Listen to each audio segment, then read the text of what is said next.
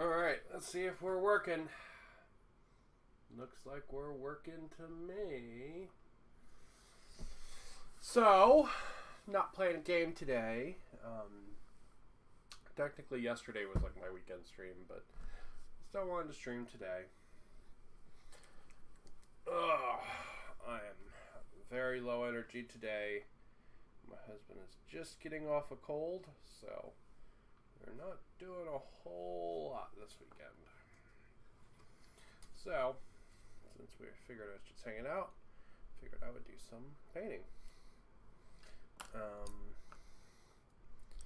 So today we're going to work on some of that Warcry Sundered Fate terrain. I think it's called Sundered Fate. The one with the Lizard Men and the Jade Obelisk guys in it. We're going to work on some of that today. Because I want to get this painted up for when I play Rangers of Shadowdeep.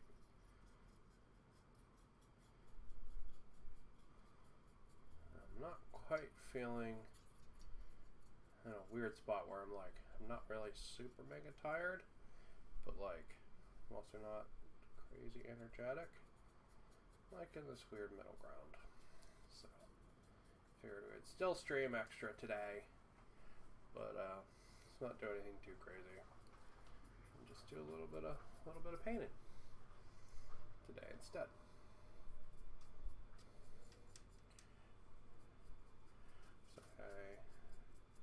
So I want to get these meat trees done.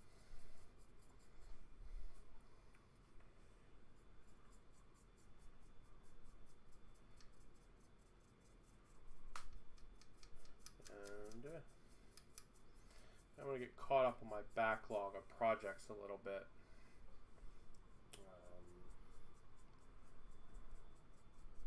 I went out and bought this right after Christmas because it was one of the things I kind of really wanted. So I really wanted the terrain out of it. I want to get caught up on my backlog a little bit. I'm going to try not to buy anything for a while. At least not any like big like starter boxes or anything like that, right? I'm going to try to hold off on that kind of stuff till around my birthday. That's my plan.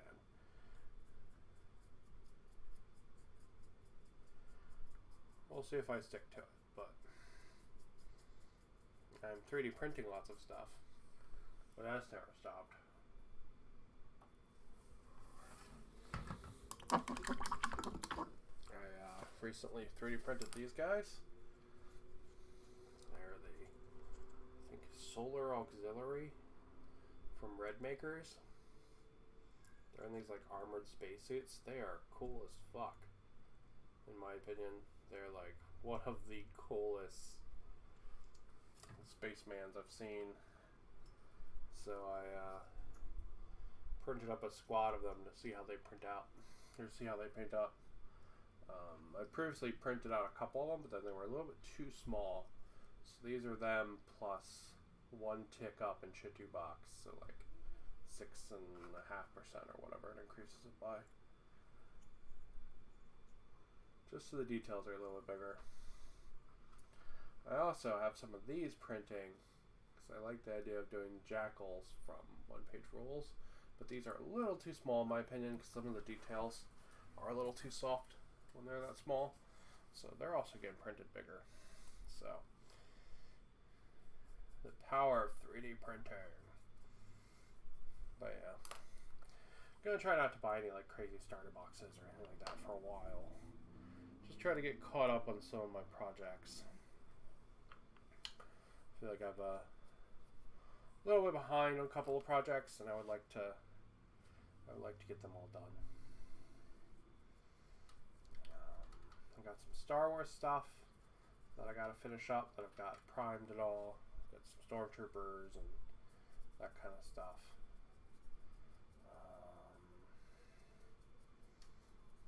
I'm going to be super honest.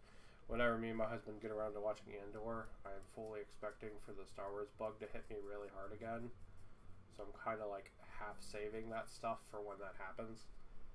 Because I know it will. So I'm kind of half saving that stuff.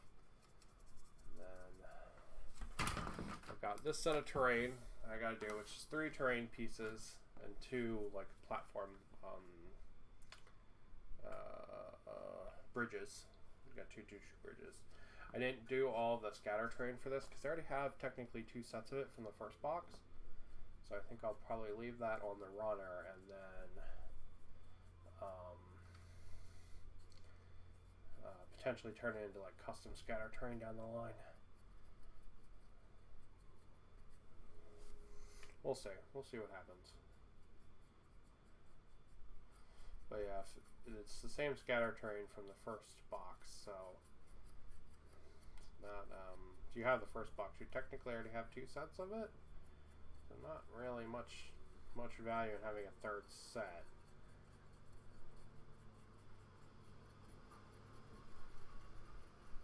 Which, if I had one complaint about this box, it would have been that. It would have been that there's no 3rd set. There's no like different scatter in it. It's the same scatter.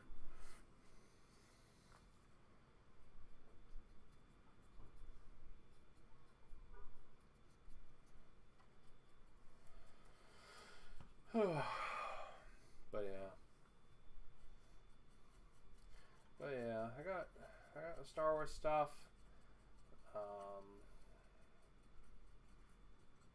I got a couple bits and bobs, like one-off models floating around. You can probably see the like orc and that Gabo guy there on the left side of my thing. I've got a couple like one-off things like that. But I also need to finish my vampires, and my vampires, I have almost all the cool stuff painted except for Laukabai, who I think is still one of the coolest models GW's ever released. Big old like dragon tar mommy, she's cool as shit. So besides that, that army is basically just skeletons. Everything I've left for is skeletons and a couple of zombies. And it's just like, fuck. Gotta settle in and smash out the skeletons.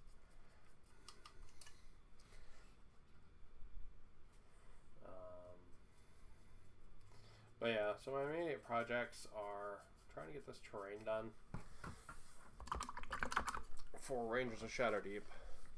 Finishing up my Tyranids. Right now, the ones that are like primed and ready, they're almost all of them are done. So we're really getting there with the Tyranids, which is good. And I've got a couple like bits and bobs things. Like I have a couple bits and bobs things for orcs and stuff like that. And also my Chaos Marines. I've got some Chaos Marines I want to do, including all the like cultists and stuff from the last wave. Got all of them. So gotta knock all that stuff out.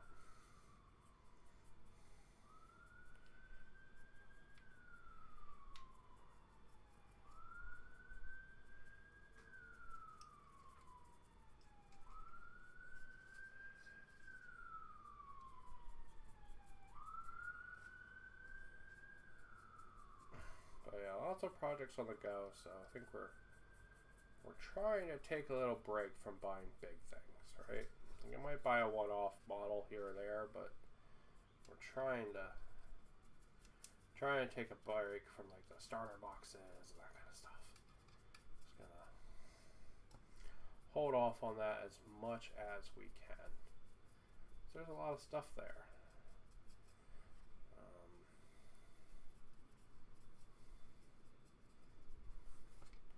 It's very easy to get sucked into the hype for those things. Like I think they're very, I don't know. Whenever like part of my brain really likes collecting toys, really likes starter boxes.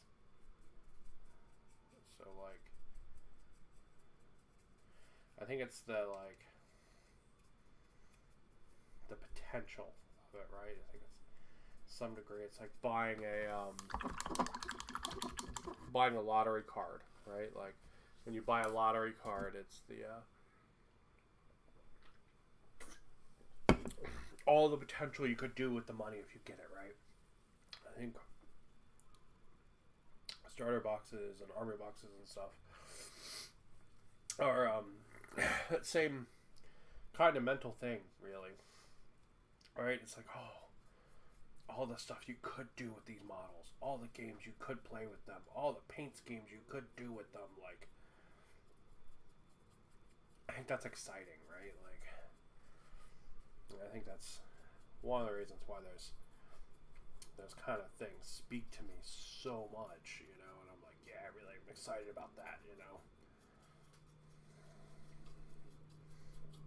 So I think I'm going to do my best to hold off on picking up anything like that, like Vanguard boxes or start collecting or, you know, Battlefield boarding patrol boxes or whatever, right? I think I'm going to hold off on all those as much as or try my best to. Because I had a lot of fun yesterday playing on the channel and doing one-page rolls. I really like one-page rolls. It's such a simple system. It just works so well. Right? It doesn't cost really. Like, I pay them for the STLs, right?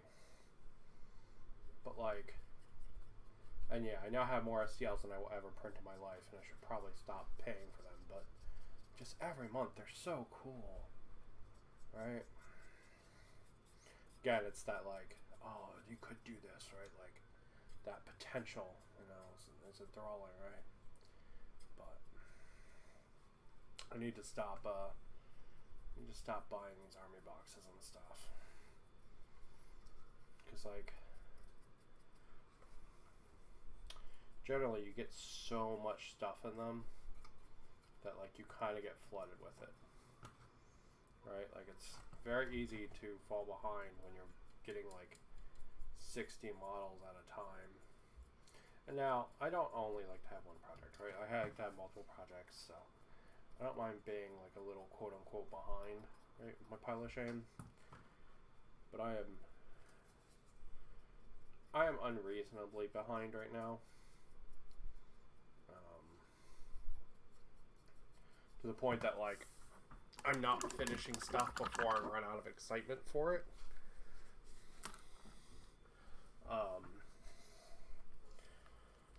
So, you know, because of that, I don't want to wind up in a situation where I have to, like, slog through painting through stuff. So, I need to quote unquote get caught up a little bit, you know? So, we're gonna try not to pick up any of those army boxes and stuff for a while.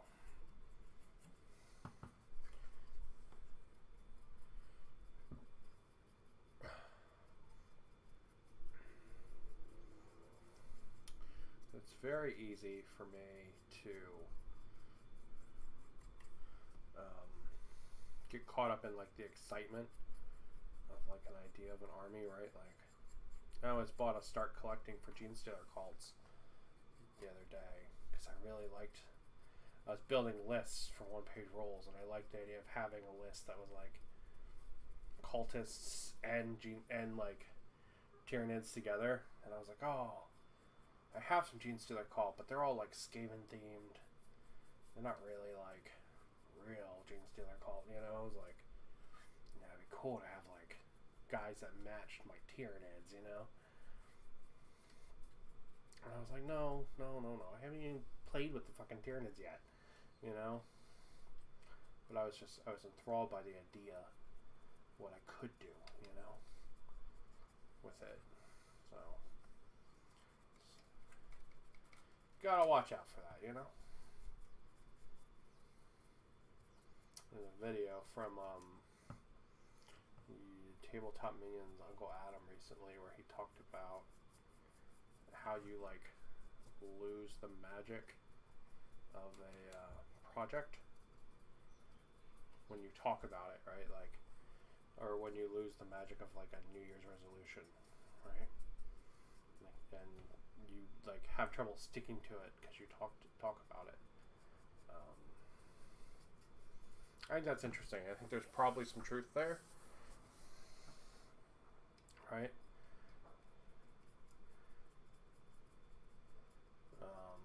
So there's a bunch of studies that show that people really like two parts in a project. They like the finish and they like the beginning. Actually doing the work part of it, they don't really like, right? Like they don't really want to do the work. They just want to like start the project and then get the reward. You know, that's why, you know, predatory gaming practices are so problematic because they kind of feed on that.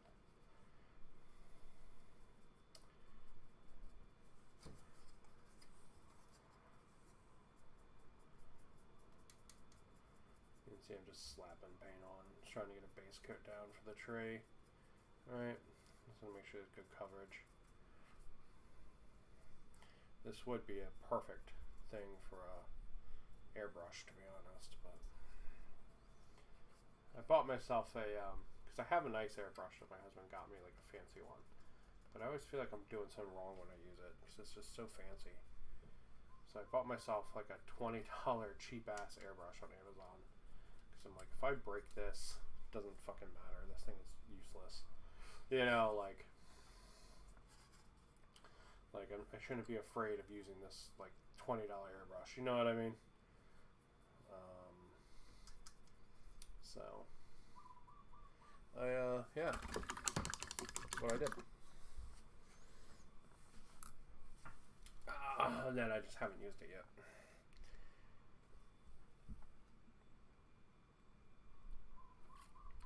Meat trees. Murder, murder, murder, murder, murder, murder, murder. I don't know where they're Batman now, but they are. No, no, no, no, no, no, no, meat trees. I love my meat trees.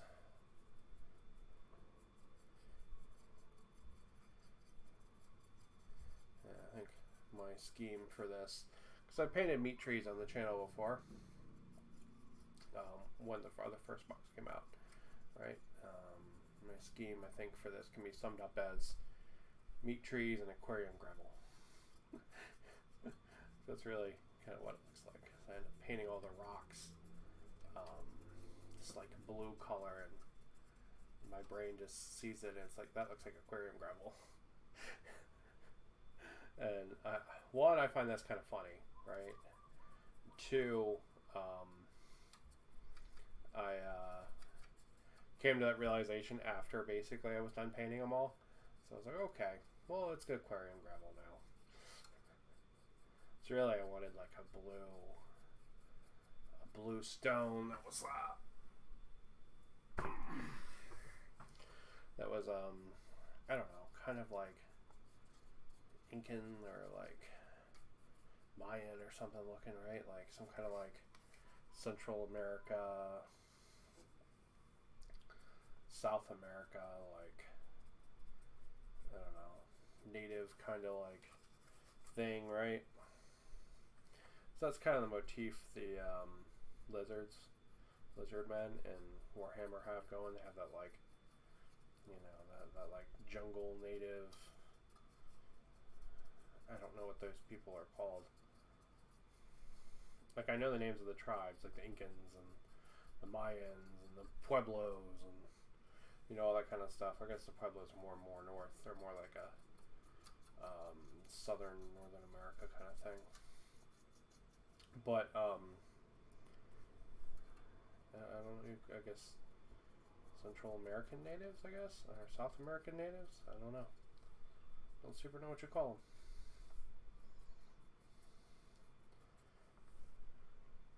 But they have that, like, I don't know, like jungle tribesman look, I guess. Really not sure what the correct term is there, but it's all good. That's what they got going on. So the blue stone, I don't know why, but in my head that was like, oh, it's like that. Although I don't think they ever had blue stone, but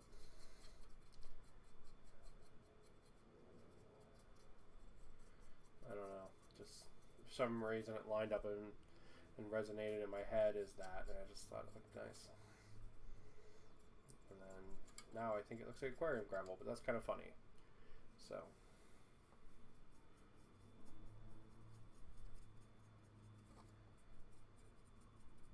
But yeah, so I gotta do these guys for these pieces of terrain for what's it called?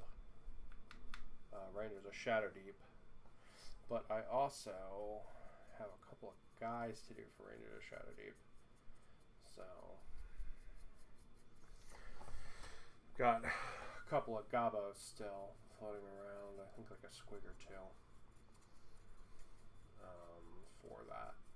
And then I'll have all of my Underworld's Gabo stuff painted.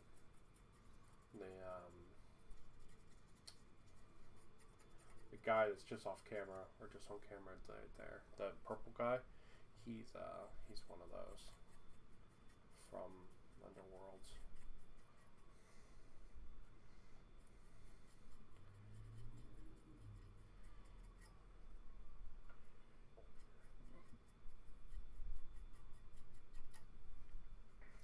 Okay, I think we are mostly done on that base coat. Oh god, there's a whole backside of an arm I missed. Jesus. Okay, I'm wrong. News at 11. I'm wrong a lot.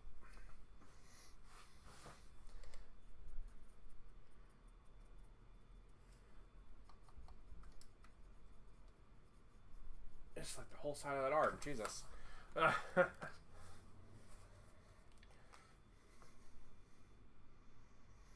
yeah, this is the guy. This is the guy I was talking about. There he is. You can see I started base coating him, and then kind of called it quits after that. I was doing that the other night, so I'll probably work on his base coats again today and get some details on him.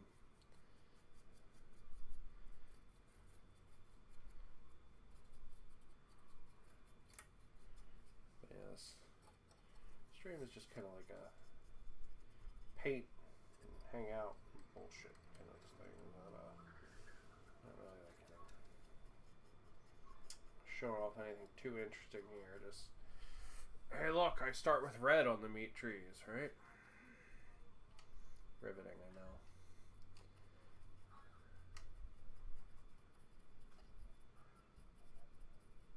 But you gotta start somewhere. You can't leave it painted forever, you know?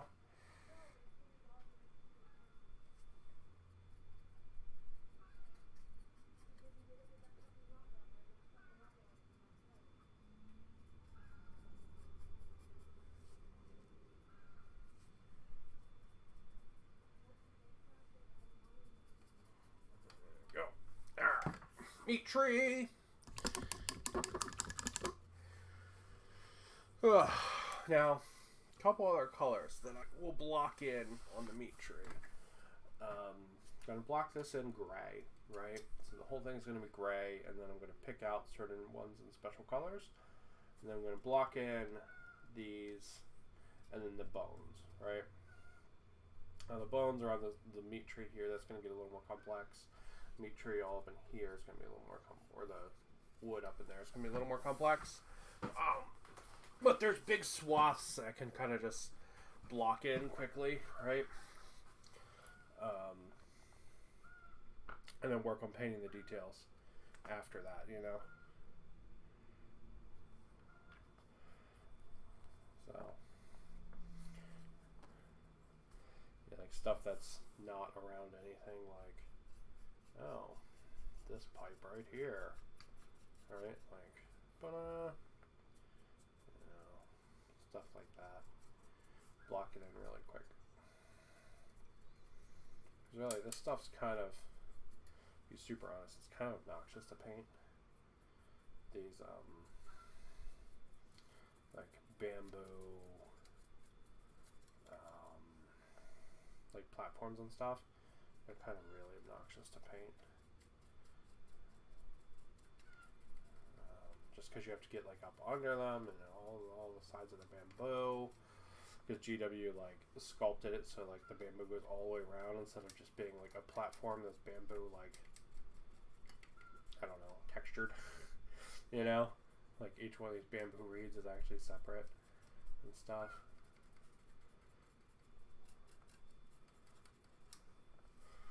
So really gotta work it.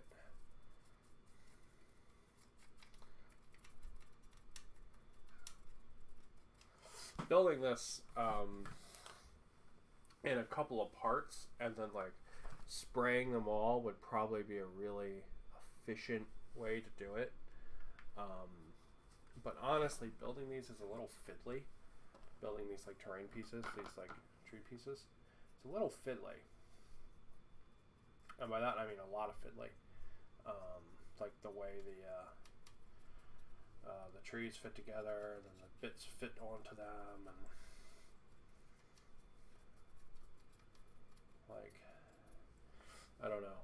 I think it's very fiddly, so being able to like spray certain pieces of this, I think it's just not gonna, it's not really super viable for me, but it would be a really good way to do it. That's for sure.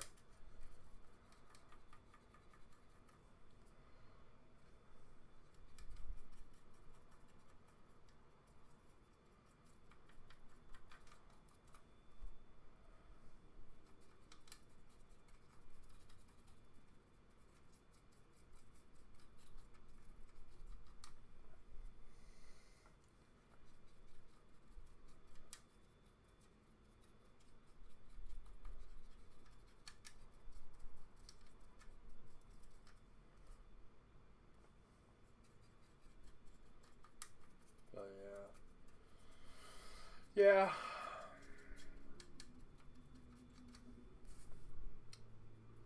Lots of projects, you know. When you have a lot of projects, like, you know, your brain doesn't like the doing work part, right? It likes the reward. It likes starting it. It does not like doing it. So, you know, it makes it hard, right? It makes it very hard. Especially when your brain's already moved on to like the next project, and you're like, no, but there's like 6 soldiers left. We need to paint them, and it's like, do we though? And you're like, yes, we need to paint those 6 soldiers. You know. I think one year I did multiple streams of what I called hobby debt, and it was just those 6 soldiers, right? Like, just the bits and bobs left over, like, you know, the stuff that you didn't immediately need to play, or the stuff that wasn't immediately exciting. You know, I did multiple streams where I was just quote unquote trying to like do hobby debt.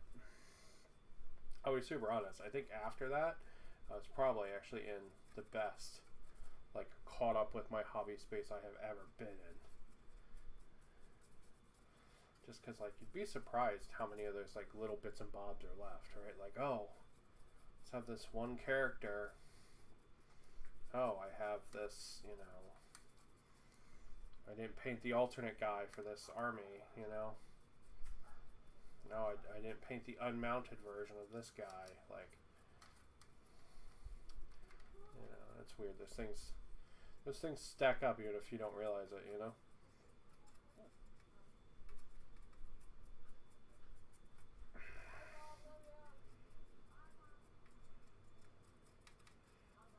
Go. I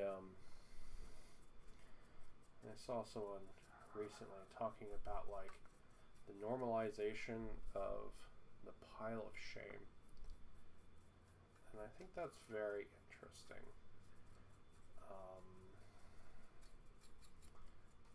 Because it implies, one, that everyone should hobby a specific way, right? That you shouldn't have a quote-unquote pile of shame.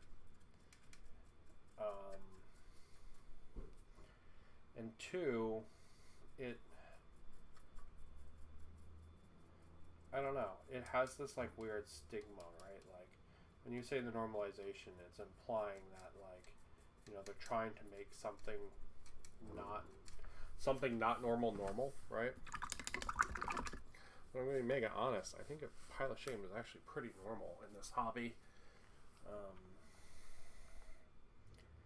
A lot of people either don't paint as quickly as they buy things, or they aren't as interested in the painting portion, or I think there's a lot of stuff that leads to hobby, you know, where they get sucked up into the fear of missing out, and like all the predatory buying stuff, right? Like, it's really interesting, the idea to talk about like normalizing the pile of shame, right? Like,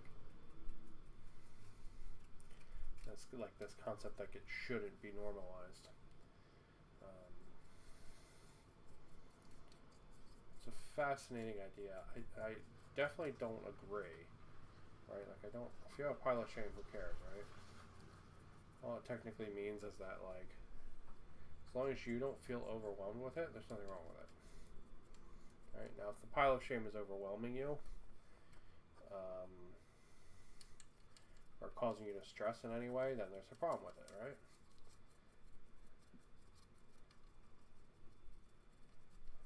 But if it's not, then who cares?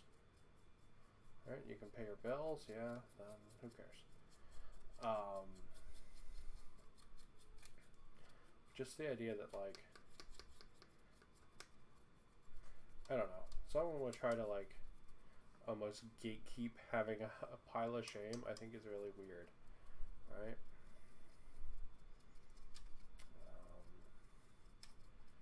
The like strange gatekeeping in general in wargaming, specifically Warhammer, is very strange to me. Like, I don't understand what the appeal of it is, right? Like, trying to like block people from enjoying hobby how they want to. That's really weird. Like, if people want to have pile of shame, let them have pile of shame. If people want to like, you know, only paint things and then buy something else, let them do it. Who cares, right?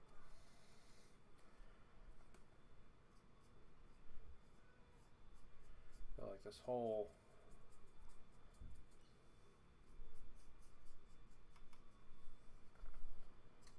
I don't know. There's a lot of weird things, right? You have people mention female space marines, and a bunch of people get upset, and it's like, well, so the idea of, okay, so let me take a step back.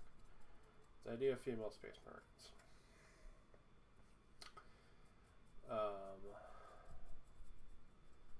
Originally, it was not specified that space marines were only dudes. There actually are a couple instances of female space marines. We're talking like stuff like old lore, like back during like Rogue Trader. And then that got updated when it became 40k. And it became just dudes could be space marines. Then people wanted female space marines for representation, right? Like, that makes sense to me. People want to be represented. Representation is fucking great. There should always be, you know, lots of different faces and personalities and sexualities and genders and races and, you know, all kinds of different people representing things, right? So people can you know, relate to it a little bit better, right? There's a really weird situation with female space marines because, you know, the Imperium is the bad guys.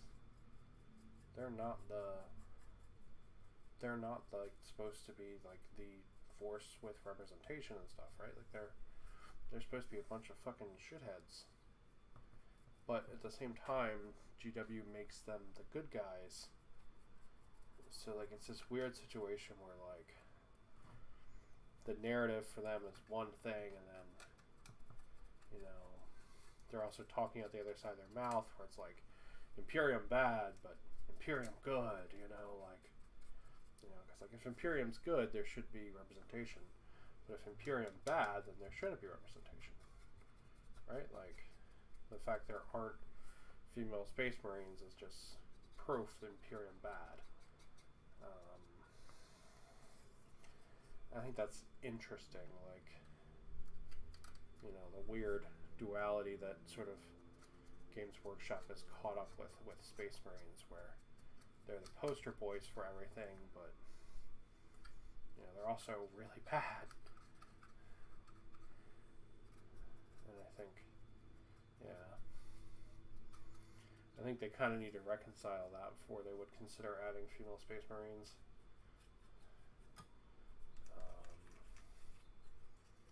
Honestly, if it's me, I would like to see them actually make some of the Space Marines good. That would break a lot of people's mind, but I would like to see that be the Ultramarines. Them actually be like these upstanding, like, non-religious, like, gender-neutral, like, accessible things. I think it would be really neat, because then it would give a really nice contrast to things like the Black Templars, which are just like hatred incarnate. You know what I mean? I think that would be really cool. They'll never do it, but it'd be neat.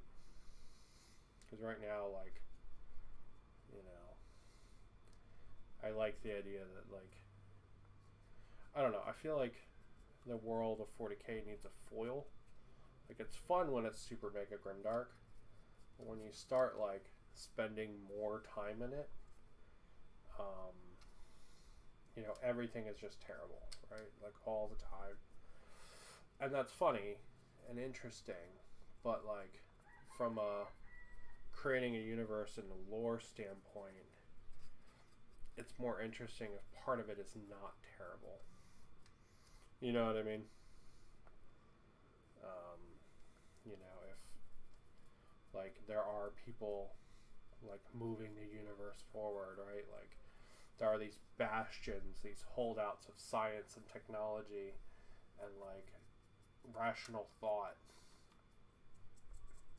you know, and because I think how those people would choose to, you know, deal with the world is very interesting.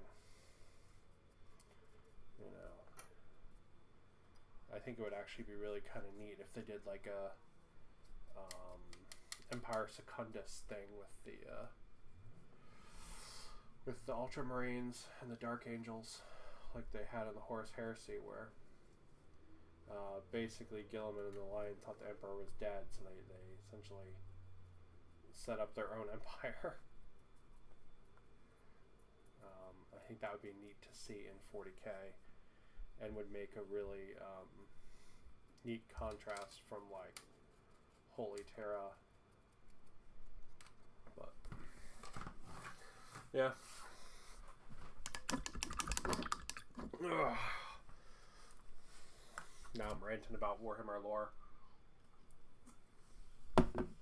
Ugh.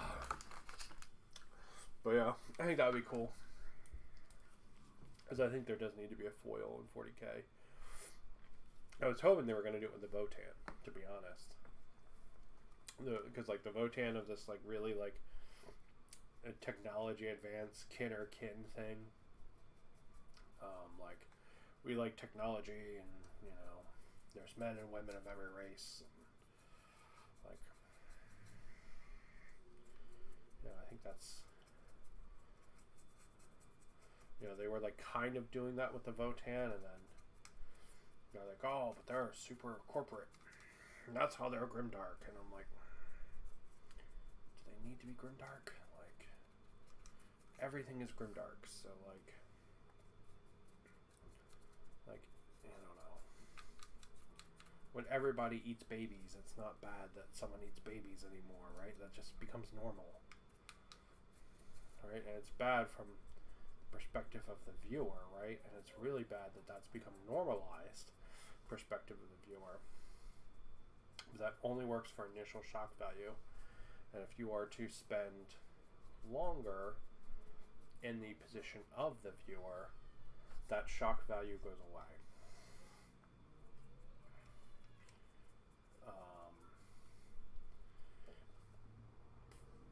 This is actually how a lot of like fantasy media and stuff brokered into the mainstream. Things like Iron Man, right? Iron Man didn't start off with magic and multiverses, and no, it was a fucking rich guy blowing up terrorists, like, you know, and then fighting corporate greed. That's what it was, right? Game of Thrones, like, how much magic do you see in the first season, right? Right, like, there's some big dogs and a dragon egg, and that's about it. I think there's a witch that might do like one spell, and that's like basically everything, right? Later on, it's like stealing people's faces and traveling through time and whatever the fuck else crazy shit happens, right? Like, but you know, it escalates to that point with the viewer, right? So I do think that like 40K as like a kind of like, you look at it a little bit, I think the world, everything being grimdark works, but I think when you spend more time with it, that stops working as a narrative, because people just become normalized to the grimdark. It's like, oh, it's a lobotomized baby that flies around and reloads people's guns. Yeah, that's normal. We do that here. You know what I mean? Like, and I think that's because there's you know, the viewer just has that position already in the grimdark, already in the muck. They don't have a nice like external or like sense of reason and stuff to relate to. And I think the Ultramarines could be that sort of, you know, that straight man, to use comedy terms, you know, the guy that's there not doing anything silly or anything, right? Like, the guy that's being practical and realistic so that everything isn't crazy, you know?